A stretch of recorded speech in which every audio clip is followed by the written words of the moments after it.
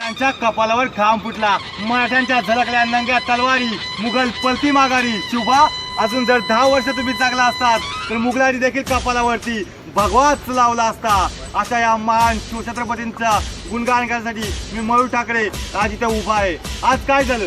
आज आमच्या घरापुढे खडा गेला आणि आमच्या घरामध्ये राडा झाला. आज आमच्या घरापुढची तुलसी गेली आणि या घरातली माणसं आलती झाली. आज आमच्या घरापुढचं सगळं गेलं आणि आमच्या महाराष्ट्राची माणसं आज उडान टप्पू वागायला लागली. एक्सक्यूज मी, मेरा दिल तेरे पे फिदा रे अशी म्हणणारी तरुण काकी या महाराष्ट्राच्या मातीमध्ये जन्माला आली आणि या महाराष्ट्राचा इतिहास पुरा बदलून गेला. कसा होता महाराष्ट्राचा इतिहास? 5 सल्तानी सुद्धा या महाराष्ट्राच्या उरावर तणातणा करून नाचली होती.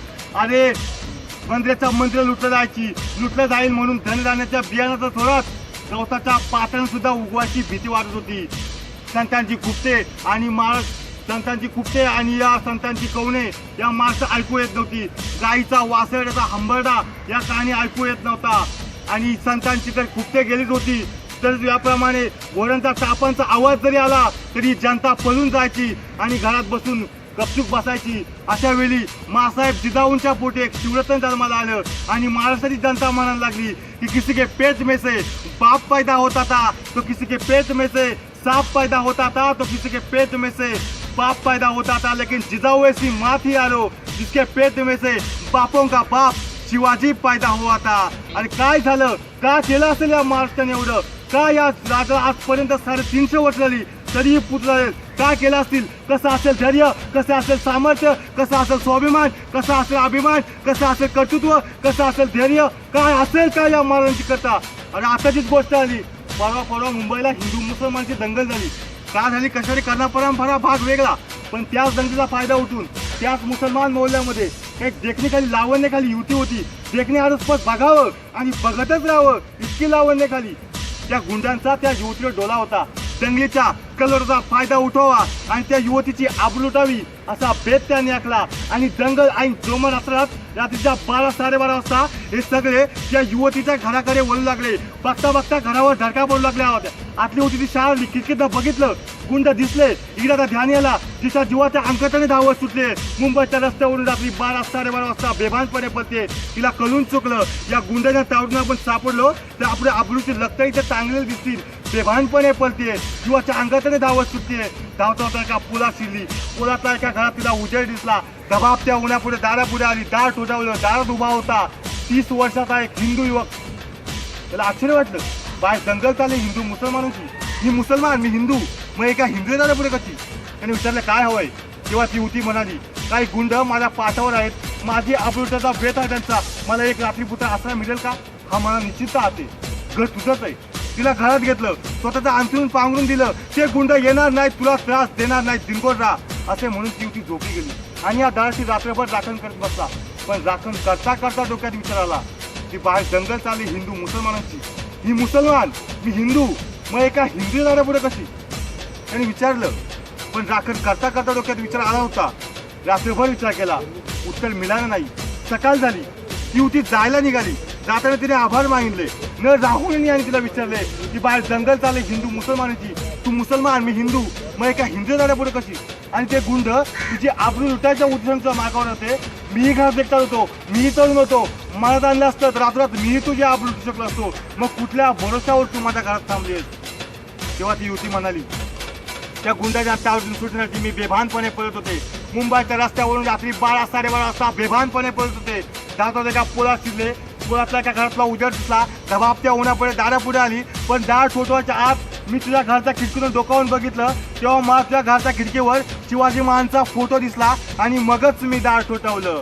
कारण मला माहिती आहे ज्या घरात शिवाजीचा फोटो आहे त्या घरात कोणाच्याही आबरूला धोका नाही. गेले 350 वर्षानंतरही माझ्या राजाबद्दल जनमानसांच्यात जी प्रतिमा आहे ती ही प्रतिमा आहे.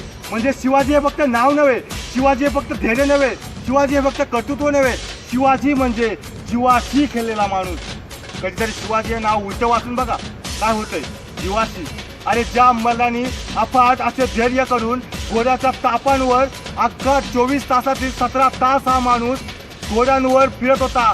भाकरीच्या अवधी मातीच्या भाकरी खाऊन जगत होता. आणि कसं जगला असेल? का केलं त्याने एवढं सगळं? कारण त्यांनी खोललं होतं स्वराज्य. छत्रपतींनी त्यांच्या राज्यावर छत्रपती नाव नाही दिलं, स्वराज्य नाव दिलं. स्व म्हणजे काय? स्वतःच. अरे माझं राज्य आहे ना, मग काहीतरी करायला पाहिजे. मग मावळ्यांना समजलं अरे राजा आपल्यासाठी मरायला तयार आहेत, तर आपणही राजासाठी काहीतरी केलं पाहिजे. आणि आताच बघा ना, रायबाचं लग्न ठरलंय आणि राजांकडे पत्रिका घेऊन तानाजी आलेलं आहे. आणि तानाजी म्हणतोय की रायबाला लग्नात यायचं बरं का, पण राजांची नजर आहे कोंढाण्यावर. आणि कोंढाण्याकडे पाहता पाहता राजे म्हणाले ताना कोंढाणा घ्यायचं म्हणे. अरे तसा 4 दिवशी उठला तानाजी, आता त्या पत्रिका फेकून दिल्या. राजा आधी लगीन कोंढाण्याचं, नंतर रायबाचं. आणि तानाजी गेला गेला गेला असा गेला की रायबाच्या लग्नाला परत आलाच नाही. त्यावेळी तानाजी असा नाही म्हणाला की पोराचं लग्न काढलं राव, काय राव पोराचं लगीन काढलंय, आमचं काय आहे की नाही. आणि बाजीला जेव्हा सांगितलं होतं की बाजी खिंड तुम्ही लढला, विशालगडावर जोपर्यंत आम्ही पोहोचत नाही, घोड्यांच्या तोफांचा आवाज जोपर्यंत आमच्या कानी ऐकत नाही, तोपर्यंत राजा तुम्ही खिंड लढवा. आणि बघता बघता बाजी प्रभूने खिंड लढवली. जोपर्यंत छत्रपती शिवाजी महाराज गडावर पोहोचत नाही, विशालगडावर पोहोचत नाही, तोपर्यंत बाजी प्रभूने खिंड लढवली. त्यावेळी बाजी म्हणाला का राजा सकाळपासून अंगात जरा कणकणच आहे, बघा की दुसरा कोणतरी. नंतर मी आहेच की नाही. आता पणाला घ्यायचं होतं, त्यावेळीच विचार करा. पणाल्यावर शत्रू होते 36,000. आणि कोण म्हणते, राजे म्हणाले की कोण कोण घेणार पणाला. तसा उलटीशी टाळा उठला कोंडाची, म्या घेतो कोंडाची, म्या घेतो तो पणाला किल्ला. पण पन्हाळ्यावर शत्रू होते 36,000. तेव्हा राजे म्हणाले कोंडाची लढायला जाताय खरं, तर तुम्हाला किती सैन्य देऊ, किती तोफा पाहिजे तुम्हाला, किती किती काय काय सैन्य पाहिजे सांगा आम्हाला. तेव्हा कोंडाजी म्हणाले या की 5-6 मावलं. आणि आश्चर्य वाटलं छत्रपती शिवाजी महाराजांना, अरे काय माणूस आहे, पन्हाळ्यावर शत्रू आहे 36,000 आणि तू 5-6 मावळे मागतोय, काय काय करावं तुला. तेव्हा कोंडाजी म्हणाला की तसं एक पण नव्हतं मागणार, पण ते बेकार वाटलं असतं म्हणून द्या की 5-6 जण सोबत दिला. अरे बघा ना, 36,000 सैन्याशी एकटा लढायला तयार आहे. आणि काय असेल जिगर, काय असेल स्वाभिमान. हा गेला छत्रपती शिवाजी महाराजांनी त्यांना 1500 सैन्याची फौज दिली आणि निघाला पणाला घ्यायला. आणि छत्रपती शिवाजी महाराजांनी त्यांच्या कालखंडात जेवढ्या लढाया लढल्या असतील, तेवढ्या निम्मपेक्षा जास्त लढाया त्यांनी अमावस्येच्या रात्रीच केल्या होत्या. का? भयान शांतता. कोणाला खबर होतात मला ते केव्हा पोचायचे, केव्हा धडक टाकायचे आणि केव्हा किल्ला घ्यायचे हे कोणाच्या बापाला सुद्धा कळलं नाही कधी. आणि शत्रू 36,000 असताना आपला कोंडाजी निघाला 1500 मावला घेऊन, पोचला 50 घराखाली आणि म्हणाला तुम्ही काही करू नका, मी एकटाच वर जातोय, तुम्ही फक्त हातात 5-5-6 मसाले घेऊन खाली फक्त उभे राहा. आणि गेलाच कोंडाजी वरती आणि दरवाजा उघडत गेल्याचा दरवाजा ठोकताय तर उडावर पडला ज्याच्याकडे 15च्या चाव्या होत्या, त्याच्या उडावर कोंडाजी कोसळलाय आणि म्हणालाय किल्ल्याच्या चाव्या दे. त्याला आश्चर्य वाटले, अरे हा एकटा माणूस येऊन बसलाय. पण किल्ल्याला म्हणाला आणि तू बोलतो खाली बघूच नको, खाली माझं 50,000चं सैन्य पडेल. त्याला खरंच वाटलं, बाहेर नजर टाकली तर दिसत आहेत की मशाले दिसते हातामध्ये. त्याला वाटलं खरंच 50,000 मावले असतील. पाहिलं तर जेव्हा किल्ला घेतला आणि जेव्हा मराठे गेले आणि शिवाजी महाराजांना सांगितलं की घेतला पणाला, तसा कराडला संभाजी आणि चावा आणि म्हणाला की आम्ही तर फक्तशी जर 1500 मावलं घेऊन 36,000 तोंड देऊ शकतो, तरीचा एक माळा झुंजत राहिला, लढत राहिला, तर या महाराष्ट्रावर काबीज करायला काही वेळ लागणार नाही. आम्ही एक गाणं आहे, दिल्लीच्याही तख्त राखतो महाराष्ट्र माझा किंवा महाराष्ट्र माझा. अरे बस करा राखायचं, त्या गाण्यात चेंज करायला पाहिजे. दिल्लीच्या तख्तावरही राखतो मराठा माझा, हेच आता समजलं पाहिजे. काही गरज नाही कोणाची. आपण धैर्य लढतो कोणासाठी एखाद्याला म्हणालं चल देशासाठी काहीतरी करू, तो म्हणतो मला काय मिळेल. आणि एखादा बुडतोय त्याला विचारलं चल त्याला वाचू, तो म्हणतो वाचू पण मला काय मिळेल. आज चल ना समाजासाठी काहीतरी करू, तो म्हणतो करू पण मला काय मिळेल. आपण इथेच खचतोय, इथेच मरतोय आपण. का? छत्रपतींनी संभाजी किंवा शिवाजी महाराजांनी असं ठरवलं असतं की माझ्यासाठी जगायचंय तर काय झालं असतं. हा अरे अफजल खान कोण होता? अफजल खान एवढा मोठा अफजल खान की ज्यांनी छत्रपती शिवाजी महाराजांच्या मोठ्या भावाला म्हणजे संभाजी महाराजांना मारून टाकलं, त्यांनी शहाजीला कर्नाटकात कैद करून टाकलं, औरंगजेबाला ज्यांनी कैदेत ठेवण्याचा प्रयत्न केला, तोच अफजल खान महाराष्ट्रावर धावून येतोय. आणि एवढी अफाट सैन्य असताना महाराजांना काय वाटलं असेल की याला निशस्त्रपणे भेटायला जायचंय, काय करावं.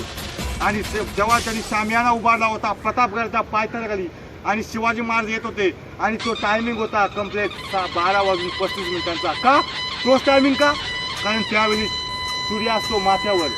जेव्हा अफजल खान वरती किल्ल्याकडे पाहिल तर त्याला काहीच दिसता कामा नये, पण जेव्हा छत्रपती शिवाजी महाराज किल्ल्यावरून खाली बघेल त्याला शामियाना आणि अफजल खान पूर्ण दिसला पाहिजे.